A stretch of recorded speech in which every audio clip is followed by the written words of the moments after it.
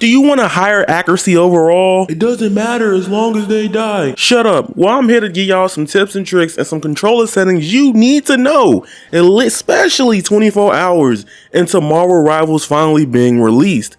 I'm going to talk about some controller tips, especially if you're using a PS5 or Xbox controller, and talk about some accessibility options for everybody to be able to play this game to the best of their ability, because I just want everybody to have fun. Make sure you hit the like button, subscribe. Y'all already know, LGI, let's get it, let's go. So let's start. The best control settings for Marvel Rivals. Immersive vibration versus tactical. As a kid, I've always hated vibration in my video games. I just never liked the feeling of it, and some PS2 games were just doing vibration just to do it back then constantly. However, I grew to learn and love it for certain cues and actions. Well, in Marvel Rivals, you can do that easily. There's a setting called Immersive Vibration Mode, which enables all haptic feedback. My big critique of haptic feedback is that sometimes I feel like I'm gonna break my controller pressing down too much when it happens, and I legit just don't want it to happen because controllers cost $80. However, on PS5 controller settings, you can turn the trigger effect intensity to weak or even off completely. The tactical is way better for Marvel Rivals because the vibration will alert you when things happen. Tactical vibration mode will alert you with footsteps, when abilities are active, and when you also are getting hit. Next is HUD settings. We need to talk about the HUD widget size. In Reticle settings, I legit disabled the reticle animation. For me, the game is already chaotic as hell, and having that moving around is insane. The way you disable it is literally under the reticle type, click the Vans, and hit the X to turn off reticle animation.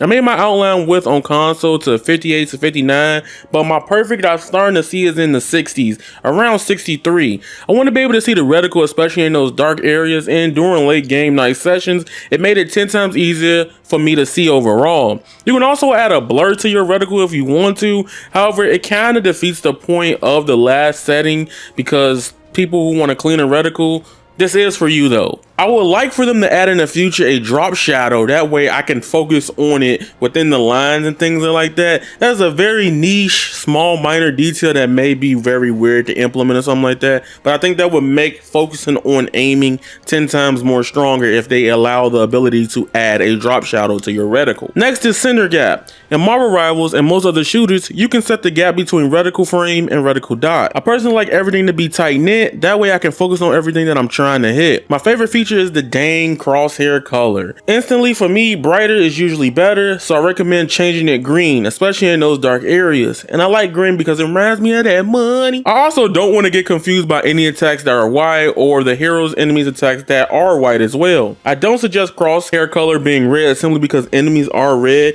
and a lot of attacks are two-tone, either red is bluish or something mixing within between. However, you can change the colors for the enemy team, which I will talk about later in this video. Lastly, let's talk about the HUD widget size. If you want more of the game screen instead of all the icons and abilities potentially overwhelming you when you play the game, you can make everything much smaller. I only recommend this if you are newer to hero shooters, games like this, or just overall, just don't mess this up. Next is button mapping. Honestly, if you're playing on a PS5 Xbox controller, I do think the default settings is perfect for every hero in this game, especially if you're new or haven't even touched the closed alphas or betas yet. However, I think there's some individual hero button mapping you can use for characters with a lot of movement speed and things of that nature.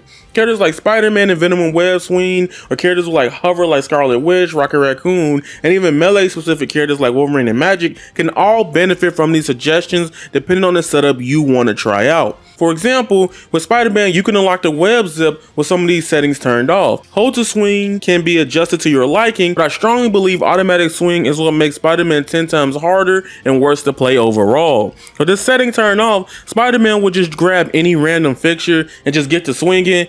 This is fine for like Marvel Spider-Man, but even in Marvel Spider-Man 2, you can even adjust the swinging the way you want to your liking nowadays. But with this setting off, holding gives you swing, and then you unlock web so that you can use to get in quickly to combo enemies, get out of situations quick, fast, in a hurry. Next setting is good for players who want to see better on the field. Custom colors and accessibility, you can change a lot starting with 3 colorblind modes. Now for me personally, I think some of the best controller settings and game settings that work well with this is making the ally color yellow-green. I'm testing out to see if I currently like it, and to be honest with you, it's been helping out so much overall so I can tell what is actually happening on the enemy team with a lot of things popping up. Also made shield HP bar color blue-green. It reminds me of shields in Fortnite, so it feels like home to me. Also, lastly, let's talk about sensitivity. Personally, I think the base sensitivity is really good. However, horizontal and vertical will be helpful for adjusting for characters that have flight, in my honest opinion.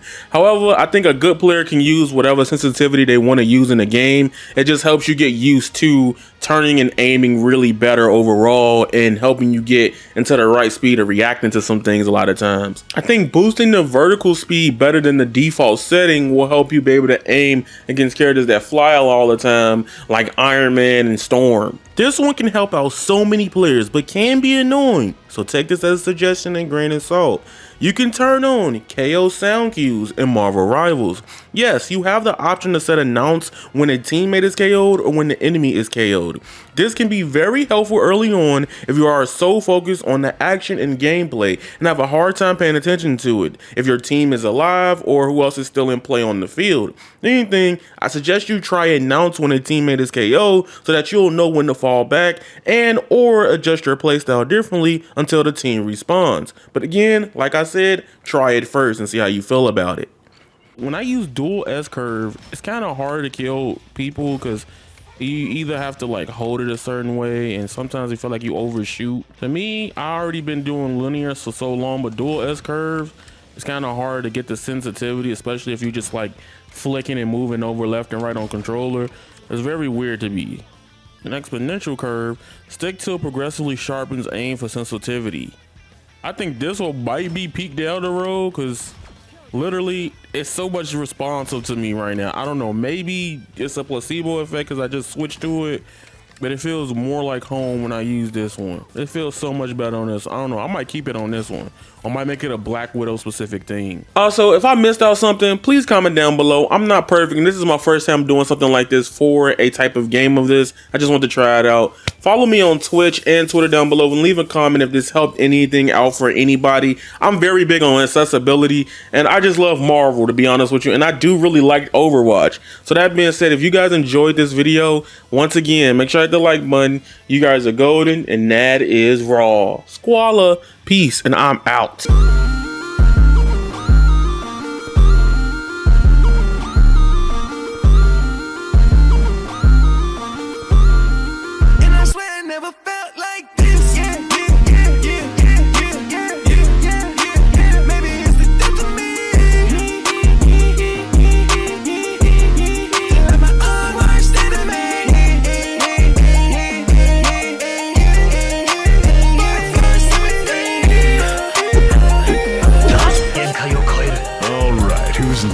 Let's see who's stronger.